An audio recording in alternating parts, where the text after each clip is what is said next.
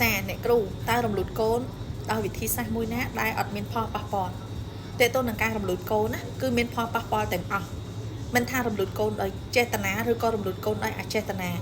រំលូតកូនដោយការបូមឬក៏រំលូតកូនដោយការប្រើថ្នាំទម្លាក់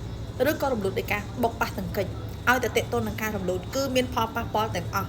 គ្រាន់តែមានផលប៉ះពាល់តិចនិងផលប៉ះពាល់ច្រើនជាពិសេសស្ត្រីក្រោយរំលូតកូនហើយត្រូវតែថែទាំសុខភាពក្រោយរំលូតដូចជាញ៉ាំថ្នាំជាតិដែកញ៉ាំថ្នាំបំពន់សុខភាពស្បូនឲ្យបានល្អគេញ៉ាំបានគ្រប់គ្រាន់ញ៉ាំអាហារដែលមានវីតាមីនប្រូតេអ៊ីនថែទាំសុខភាព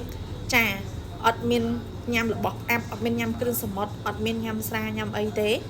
ហើយអត់មានធ្វើការងារធ្ងន់លើកអីធ្ងន់ទេចាហើយជាពិសេសស្ត្រីដែលធ្វើប្រហែសដែលគាត់រំលូតកូនហើយគាត់អត់ដែរថែសុខភាពទេគាត់ធ្វើការងារពុកពើនដោយគាត់ចាដោយគាត់ស្ត្រីធម្មតាអញ្ចឹងតាមពិតខុស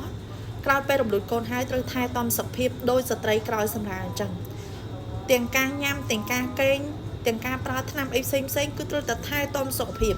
ព្រោះនៅពេលដែលយើងរំលូតកូនហើយអត់ថែទាំសុខភាពបានល្អទេប្រឈមមុខខ្លាំងទៅលើបញ្ហាលាកស្បូវធ្វើឲ្យយើងចេះឈឺចេះអួលចេះចុកចេះតែក្តៅខ្លួន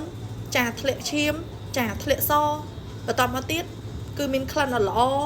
ហើយធ្វើឲ្យយើងនឹងបញ្ហារដូវអត់មកហើយបញ្ហាមួយទៀតពិបាកមានកូនចាសិតតែជាបញ្ហាក្រោយពេលរំលូតកូនហើយ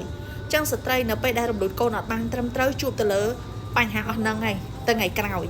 ចឹងរំលូតកូនដោយវិធីសាស្ត្រណាក៏មានផលប៉ះពាល់ដែរគ្រាន់តែផលប៉ះពាល់តិចហើយថែទាំសុខភាពស្បូនឲ្យបានល្អក្រោយរំលូតគឺយើងអត់ព្រួយបារម្ភទៅថ្ងៃក្រោយចាអរគុណ